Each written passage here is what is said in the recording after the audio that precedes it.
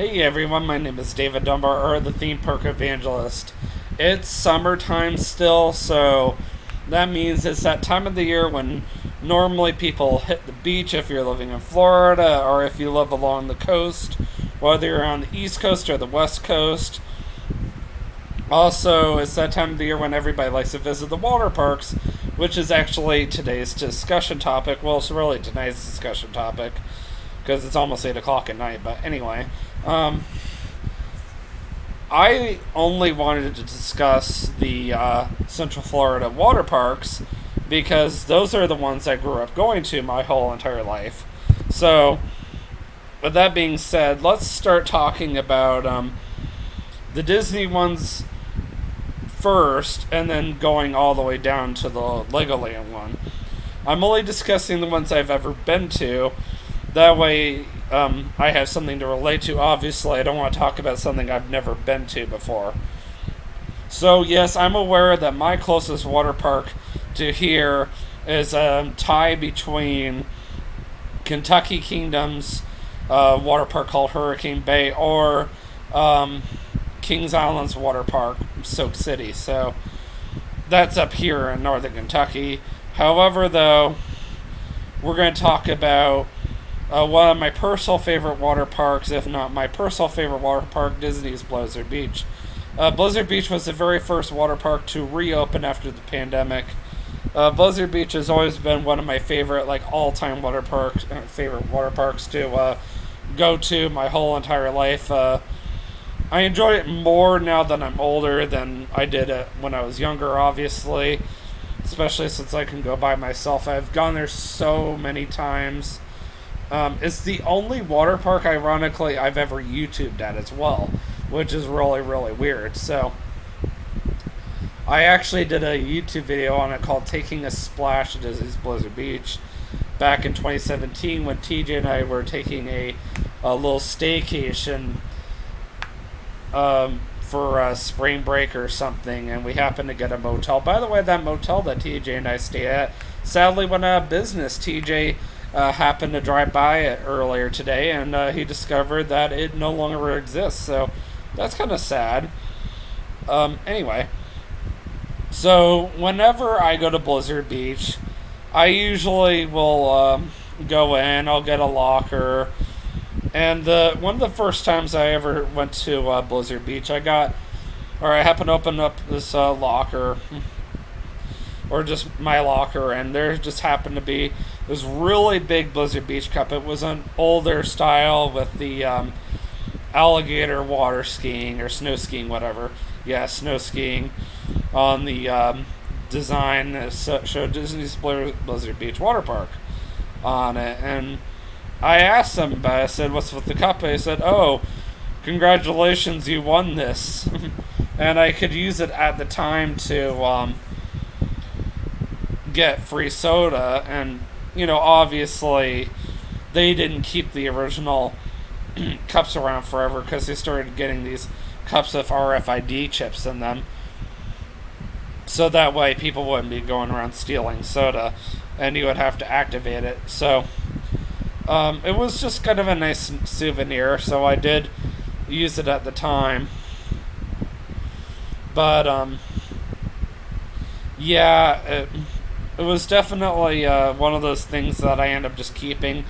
I did keep it at my old house in Lake Wales for many, many years, and then when I moved up here, I ended up giving it to TJ, literally just before I moved up here. Since TJ became so obsessed with my cup collection, I decided, well, since TJ, you're so interested in my cup collection, why don't you take care of my cups for me? And my Universal cup and my Legoland cup, whenever we happen to go to Universal or Legoland together, I would just clean it the day of, and I would use it that day, and then I would probably rinse it out again the other day and say, "Here you go, TJ, all yours again." So that's literally what I've always done with TJ with the cups. But anyway, that's kind of a little story behind that. I remember one time I went to Blizzard Beach, and the cast member liked the fact that my dad was a cast member so much that she gave me anyway, a free towel because I forgot mine at home. And that's not the only time that having my dad as a cast member worked out.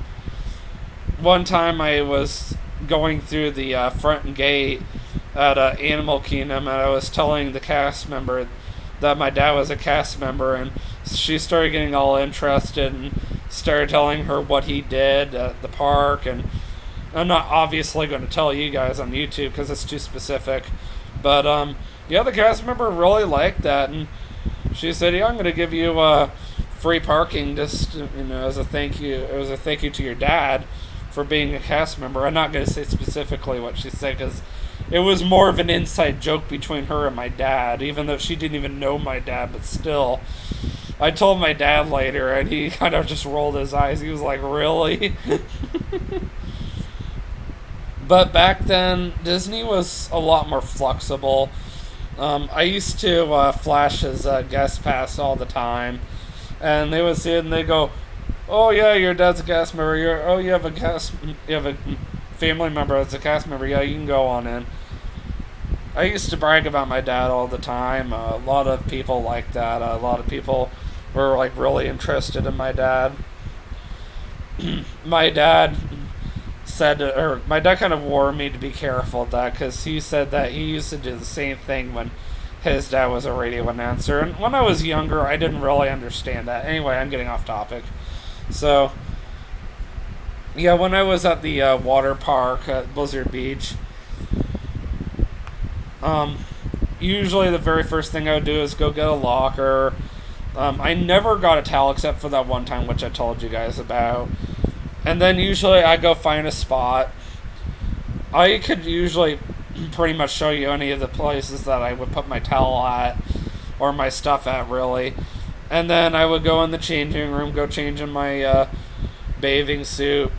And the very first thing I would ever do would be to take the chairlift up to Mount Gushmore. And I would just start hitting up everything. I start with Steamboat Springs, and then Slush and Gusher, and then finally Summit Plummet. Summit Plummet I've been riding for years. It's like one of my favorites. It's literally a water slide that's 13 stories high. You just go poof. And it's kind of interesting because it looks more intimidating than it is, but honestly, I just get on that bad boy like it's nothing, and all it really does is hurt your back because you're going really fast, but you feel the vibrations on your back, and you can progressively feel the decline. Before you know it, you're on the bottom. And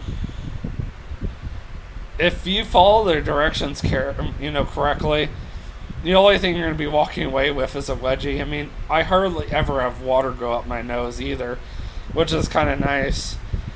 And I've always followed their directions, which is why that's the worst thing that's ever happened to me. So once I do all that, I usually will go to the left side of the wade pool, and I will go ride all the water slides over there. I really like the toboggan racers. I've had some really good exciting adventures over there, especially if like my brother's friends. We've gone and done that so many times when we were younger. I mean, obviously, as I've gotten bigger, I've gotten faster on a lot of these slides because I've gotten heavier, unfortunately. I've had so many good workouts on the back of the mountain because you have to literally take your tube and walk it all the way up. There's like 3 different slides, and to me, it's so worth it. So I'll like literally will walk all the way up and then take the slide all the way down. So I'm not going to go into food and beverage details because I can cover that easily with Typhoon Lagoon as well. Typhoon Lagoon I always love going to as well. It's almost set up the same exact way as Blizzard Beach, except that Typhoon Lagoon has more of a tropical feel to it versus Blizzard Beach was always kind of a Swedish feel to it. Typhoon Lagoon unfortunately is still closed during the pandemic. It's starting to look just like River Country looked before it got closed down permanently. So I'm starting to worry that Typhoon Lagoon is going to be in the same exact situation, boat, whatever. Which is sad because Typhoon Lagoon was a pretty cool water park, and it was extremely popular too. I mean, come on, you had the giant wave pool that literally everybody would flock to because it was one of the few wave pools that you could get into, and it would make like giant waves that would crash you into everybody, and everybody loved it. I mean, yeah, it had some cool water slides, but like the two main reasons to go to Typhoon Lagoon was A, the wave pool, and then B, there was also a cool water coaster that opened like a number of years ago. And there was like 3 different water slides that you could take a tube onto. Some of them were designed for 2 people, some of them were designed just for 1. I think there was only one that was designed just for 1. And I always loved riding those. It was something that I always did every single time. And like many years ago, when I used to start going to Typhoon Lagoon all the time, they had this thing called a Shark Reef or something like that. So it was a legit cold salt water experience with legit baby sharks or whatnot. And you could swim with them, and you could not use your feet. I mean, unless you want to get bit. And I had no fear of these sharks. I guess because I'd never seen Jaws, but whatever. And I would get in this water at these sharks, and I'd just swim with them like it was no big deal. And I never got bit. I mean, I have all 10 toes and all 10 fingers. I mean, yeah, I'm counting my thumbs in this case. The food and beverage are pretty much the same at both locations. Both Blizzard Beach and Typhoon Lagoon also serve ice cream in a pail, legit ice cream in a pail. My brother and I got it a couple of years ago, and it was really good. You know, I definitely would do it again. You'll have to Google search it. It's something else for sure. I'm going to actually end with Volcano Bay as my last one, just because it's the most interesting one to talk about. I did also check out Legoland Water Park back a couple of years ago, and I actually did do a YouTube video here when I did go there last. And, you know, it was interesting. I almost burned my feet getting over there. The number one thing I did not find a lot there was things to keep your feet cool, like to keep the ground cool. That's something I've seen almost every single Central Florida water park do. Disney and Universal both are very good about keeping the ground cool or wet so you don't completely burn your feet off. But that's the one thing that Legoland failed at. Because I was burning my feet off so badly. Just walking around, like I thought my feet were going to either go numb or I was going to burn them off completely. And they didn't have a lot of options with the slides. The wave pool was okay. I mean, it was different. Kind of reminded me of a wave pool I went to back up in Canada a number of years ago, but that's besides the point. The tube slides were The water slides, I actually was impressed by. The water slides were a lot more intimidating than I thought they would be. It almost looked unsafe to ride, but it was actually a lot safer than I thought it'd be. The water slides itself were built over by the lake, and yes, they did actually end with a slide. They didn't land in the pool, so you know, I got on each slide individually. I had to walk all the way up there, which was exhausting, by the way. And, you know, I slid all the way down, and as always, the water slide took no time at all to get down. And I remember the very first time I was up there, I was like, like, you've got to be kidding me. Like, I'm not actually going to do this, right? The one thing I was actually impressed by was the changing rooms and the lockers. That I definitely can't deny did look actually pretty nice. Overall, though, I would say that Legoland's water park was not the greatest. I did also ride the lazy river. The tubes were interesting, yeah, and the fact that they had Lego pieces just floating in the water was like, okay.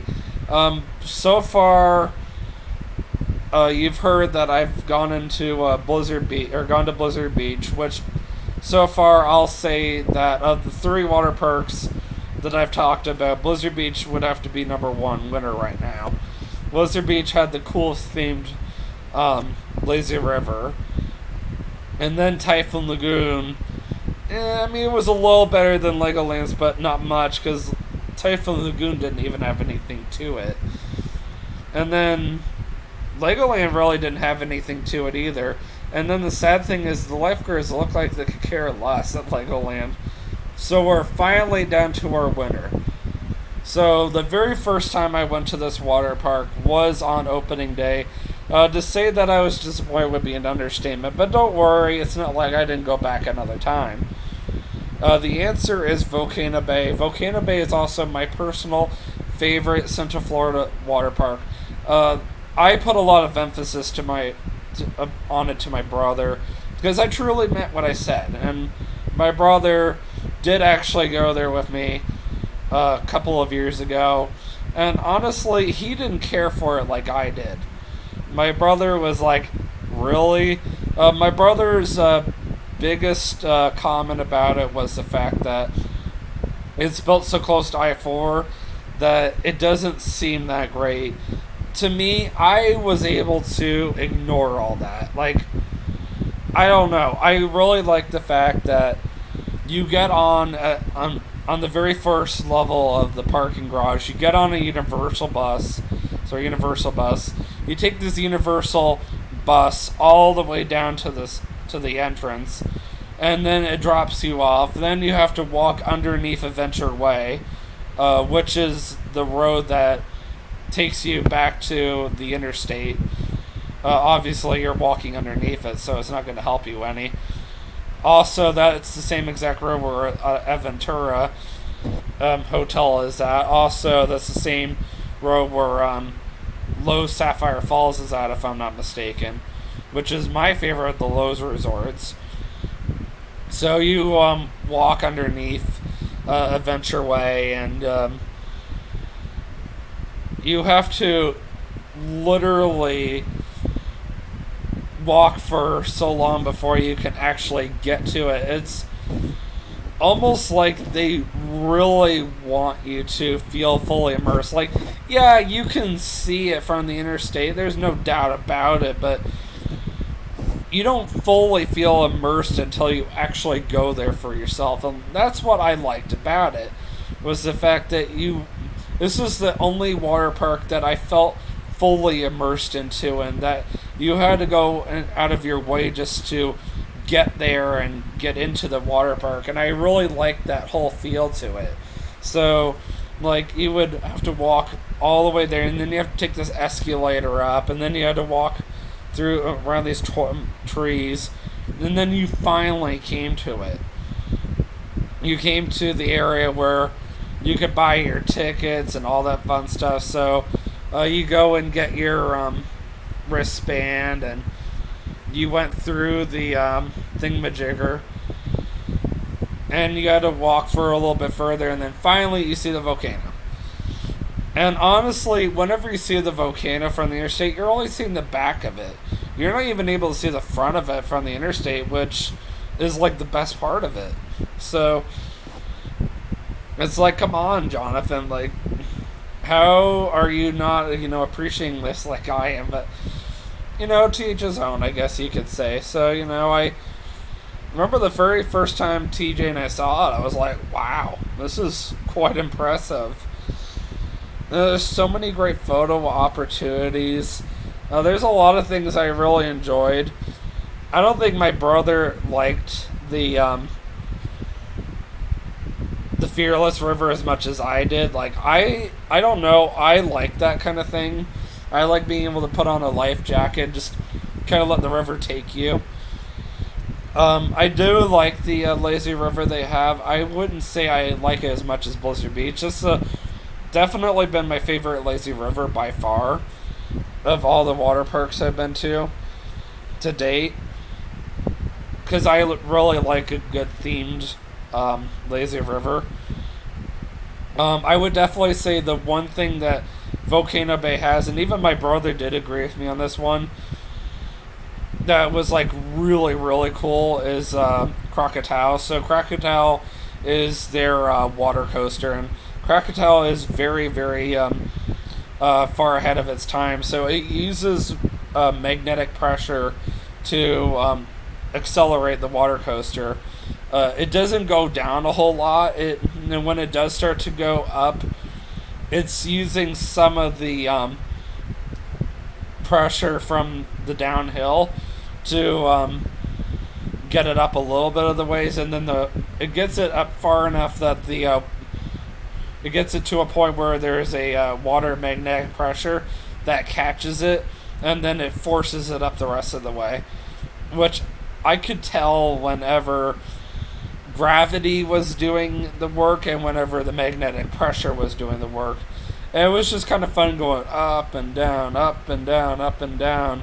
And I really like the end when it comes to an end and you hit that last little, I guess you could say hill, and you get soaking wet. Like there's no way you're going to get off of that dry. It's hilarious. And it's just so much fun. There's a lot of slides I've enjoyed riding over there. Oh No and Oh Yay are both very fun. I've actually ridden both. I love the fact that you slide off of either one of them and then you're like, oh no! You don't realize how much of a drop there is between you and the ground. It's crazy. I have never had enough courage, nor have I been light enough to ride the drop slide. Because there's a drop slide, but you have to be a certain weight to ride it. And the floor literally gives out from underneath you, and you just drop. And I couldn't even imagine trying to do that. Just standing in the slide knowing that the floor is going to drop from underneath you at any minute. That would terrify me. And I love the fact that there's just so many areas where you can just lay there. I actually did have a chance to do that at one point. I went and laid out on one of the benches. It was just kind of nice, you know. Aside from hearing the interstate, I tried to ignore that and just focus on the music. And, you know, it was pretty peaceful. It was pretty quiet. And the time I went with my brother, I did actually get to ride quite a bit. I rode both Iki Moana and the other slide, whatever it's called again. I didn't care for the one as much as I care for the other, so there was one I got stuck going backwards the entire time and I absolutely hated it. But the other one where you literally go up this giant hill, and yes, even though I was going up this giant thing up backwards, I love that because then I got to turn around and go downhill after that. And that one is my personal favorite of the two. That one I wish I remembered the name of it, because that one is a must-do for me every single time. It's one of those I see it, I remember it. And that one I always, yes, as I said, I will ride it every single time I go. Let's see here. And here's the funny thing. Let's say that I do take Tristan next February, March to Universal. I'm sure my cousin would give us 3-day, 3-park passes. I'm not saying that Tristan would want to do a little bit at each park. I mean, just me personally. I think we should do half the day at Islands and the other half of the day at the other park. If he really wanted to do Volcano Bay, then we would have to be there longer. Because if Tristan saw this video and he's like, dude, I want to go to Volcano Bay, well, we need to do this trip longer than we have it planned, or come back another year. So it's not like I'm never going to come back again. I go to Florida every single year, for crying out loud. Uh-oh. And I always enjoyed eating the food at Volcano Bay. For those of you who enjoy eating food at the water parks, Universal does make good food for Volcano Bay. Universal has their own specific Volcano Bay cup, and also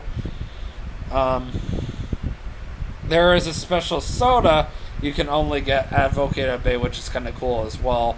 That's one thing I've always liked about Universal with the Coca-Cola Freestyle machines. They have special sodas out usually whenever you go, and it's kind of a limited time offer, and it's exclusive just to Universal, which is another reason why I love going to Universal so much, is just the fact that, like, for example, you can go to one of the Coca-Cola Freestyle machines and you can get that special soda that you can only find at that specific park or only at Universal.